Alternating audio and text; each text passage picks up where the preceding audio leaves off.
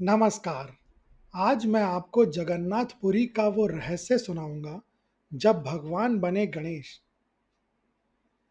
गणपति भट्ट कर्नाटक के एक प्रकांड विद्वान और श्री गणेश के परम भक्त थे। उनका पूरा जीवन गणेश की उपासना में बीता था। वे ब्रह्म के साकार रूप में केवल भगवान गणेश को ही देखते थे। उनके मन में यह दृढ़ विश्वास था कि गणेश ही सर्वोच्च सत्ता है। एक बार उन्होंने सुना कि उड़ीसा के नीलाचल अर्थात पुरी में साक्षात ब्रह्म भगवान जगन्नाथ के रूप में विराजमान हैं। उनके मन में जिज्ञासा जगी कि क्या जगन्नाथ और उनके आराध्य गणेश एक ही हैं। इसी संशय और दर्शन की अभिलाषा के साथ उन्होंने पुरी जाने की ठानी। कर्नाटक की सुदूर सीमाओं से अपनी यात्रा का संकल्प लेकर निकलते गणपति भट्ट के पैरों में थकान तो थी, लेकिन उनके हृदय में एक प्रचंड अग्नि सुलग रही थी। वे वर्षों से गणेश मंत्रों का जाप करते आए थे। उनके लिए जगत का आदि और अंत केवल गजानन ही थे। लेकिन जब उनके कानों में यह बात पड़ी कि पुरी धाम में साक्षात परब्रह्म जगन्नाथ के रूप में धरती पर वास करते हैं, तो उनके भीतर एक जिज्ञासु भक्त जाग उठा। उनके मन में बार बार एक ही प्रश्न कौंधता था, क्या वह नील माधव और मेरे लंबोदर एक ही हैं? क्या मेरा आराध्य उस विशाल समुद्र के किनारे भी उसी रूप में विद्यमान है? इसी सत्य को खोजने की तड़प उन्हें पुरी की ओर खींच लाई।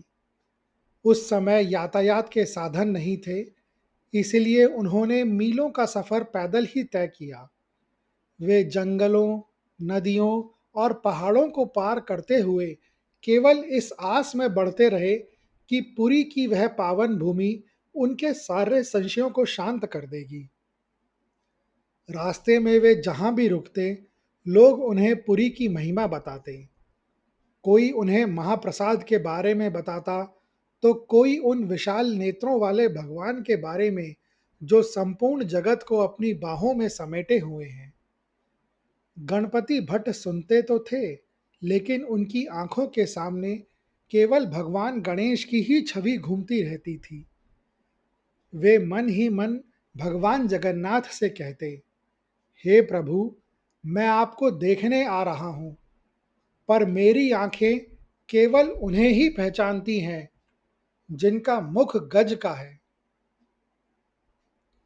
जैसे जैसे जगन्नाथपुरी की सीमा निकट आई, समुद्र की गर्जना गणपति भट्ट के हृदय की धड़कन बनने लगी। जब उन्होंने पहली बार दूर से मंदिर के नीले चक्र के दर्शन किए, तो श्रद्धावश उनके हाथ जुड़ गए और आंखों से अश्रु बहने लगे।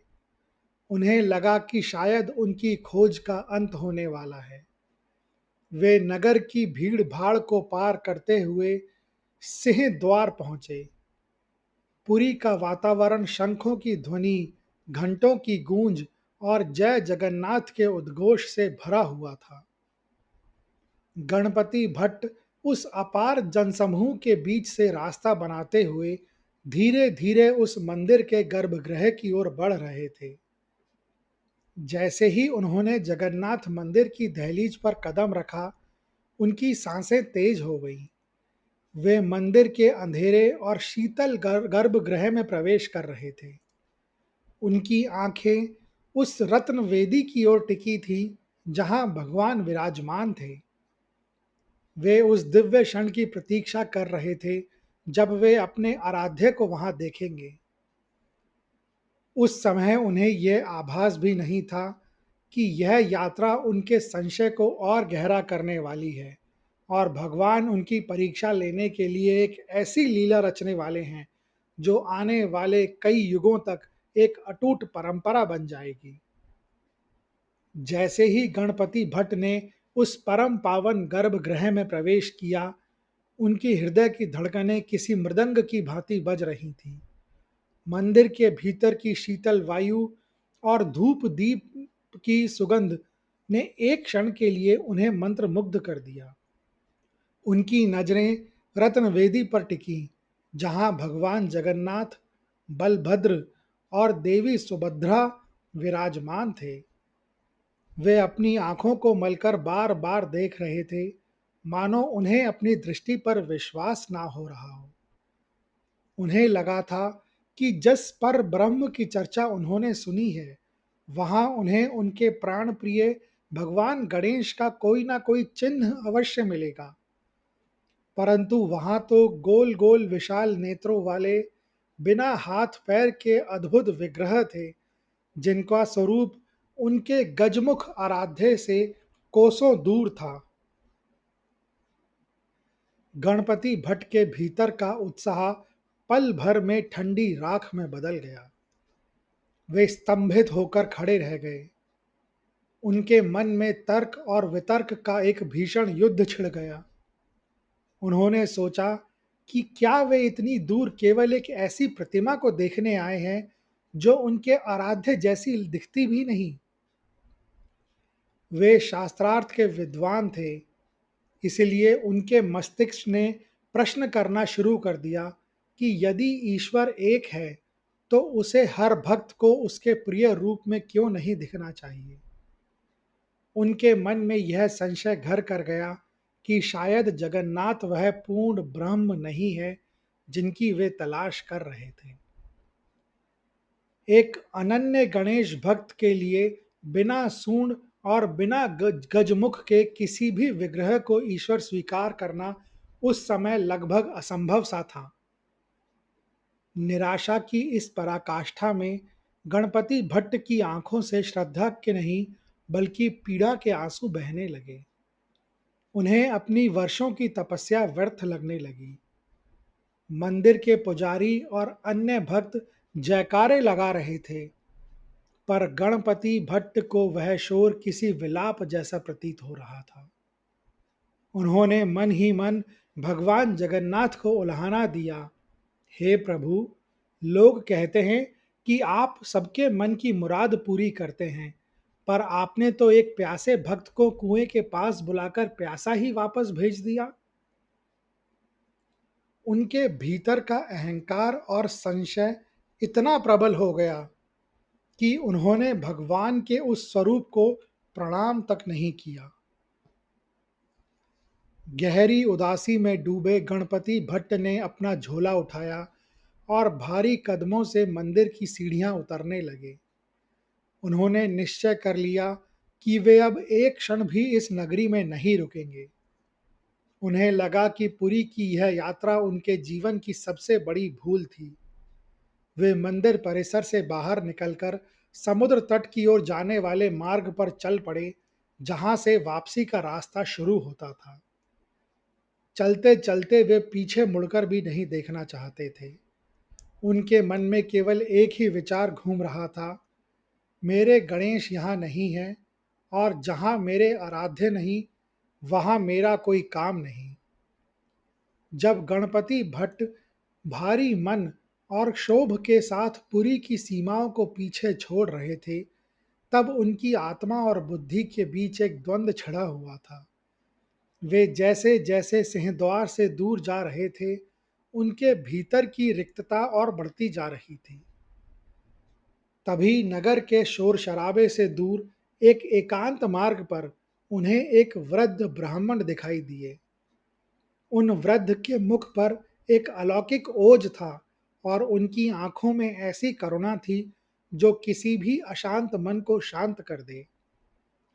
उन्होंने गणपति भट्ट को रोकते हुए बड़े स्नेह से पूछा, हे विद्वान ब्राह्मण, पुरी का यह मार्ग तो आनंद की ओर जाता है, फिर आपके मुख पर यह विषाद की रेखाएं क्यों हैं? क्या आपने उन जग के नाथ के दर्शन नहीं किए?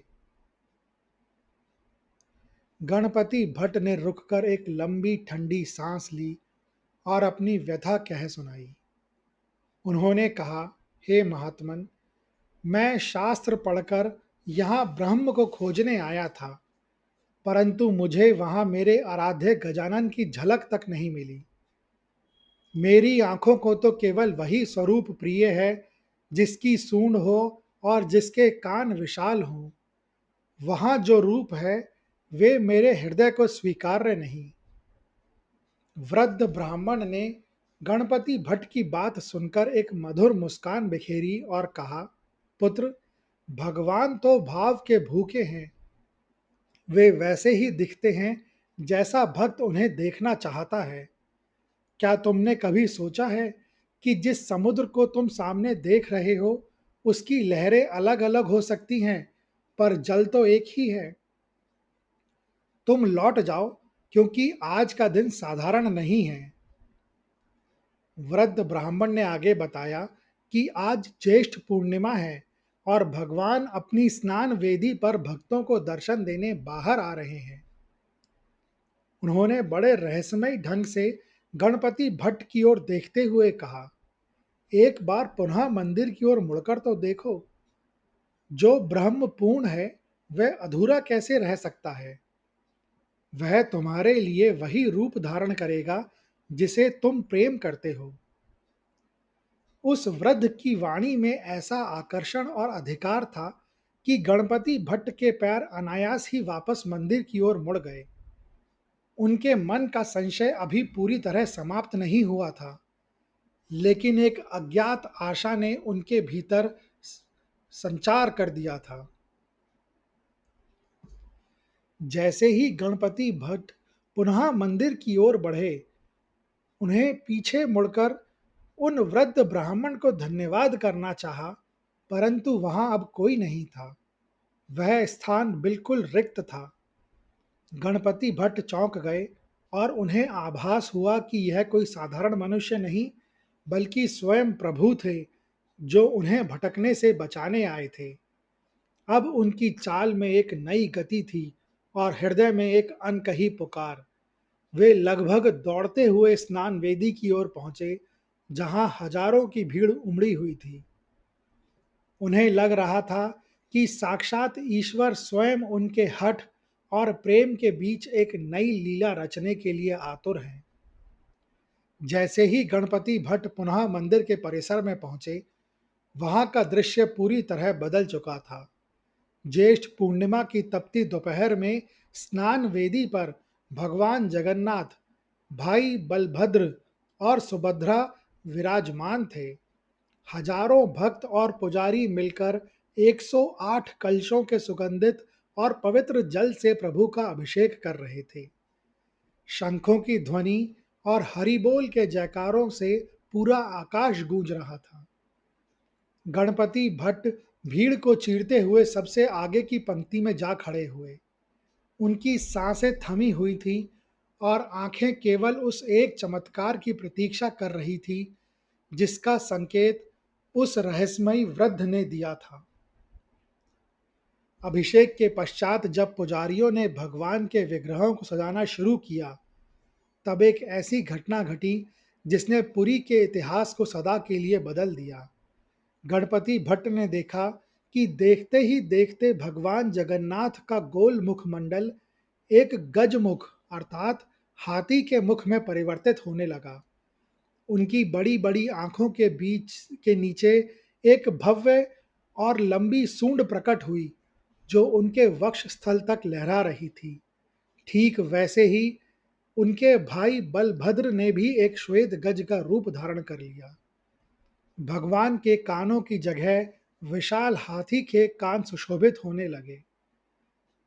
यह वही हस्ती वेश था जिसकी आराधना में गणपति भट्ट ने अपना पूरा जीवन समर्पित कर दिया था। उस अलौकिक दृश्य को देखकर गणपति भट्ट की चेतना जैसे शरीर से अलग हो गई। उनके शरीर में रोमांच हो गया और वे जोर जोर से रोने लगे।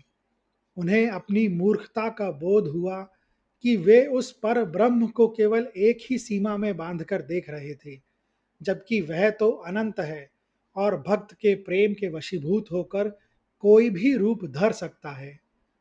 उन्हें लगा जैसे भगवान जगन्नाथ अपनी उस गज सूंड और विशाल नेत्रों से केवल उन्हीं की ओर देख रहे हैं और कह रहे हैं, देख भट्ट, मैं यहाँ भी हूँ, मैं तेरे हृदय में भी हूँ, और मैं ही तेरा गणेश हूँ। भक्त और भगवान का यह मिलन इतना गहरा था कि गणपति भट्ट आनंद से अतिरेक में वहीं मूर्छित होकर गिर पड़े।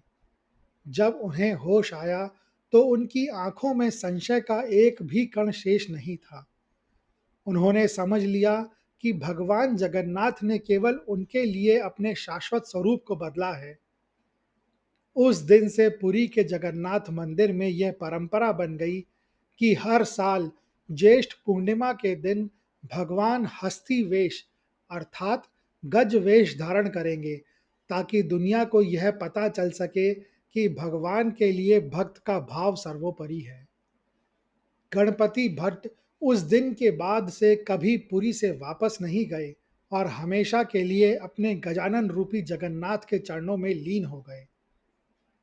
इस घटना की याद में आज भी हर साल पुरी में ज्येष्ठ पूर्णिमा के दिन भगवान जगन्नाथ और बलभद्र को हाथी वेश में सजाया जाता है।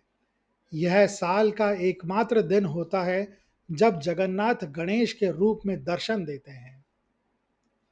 क्या आपके जीवन में भी कभी ऐसा हुआ है कि भगवान ने आपकी प्रार्थना किसी ऐसे रूप में सुनी है जिसकी आपने कल्पना भी नहीं की थी? अपने अनुभव कमेंट्स में साझा करें और इस वीडियो को ज़्यादा से ज़्यादा लोगों के साथ शेयर करें, लाइक करें व चैनल को सब्सक्राइब करें। कमेंट्स बॉक्स में लिखें, जय जगन्नाथ, गणपति बप्पा मोरया।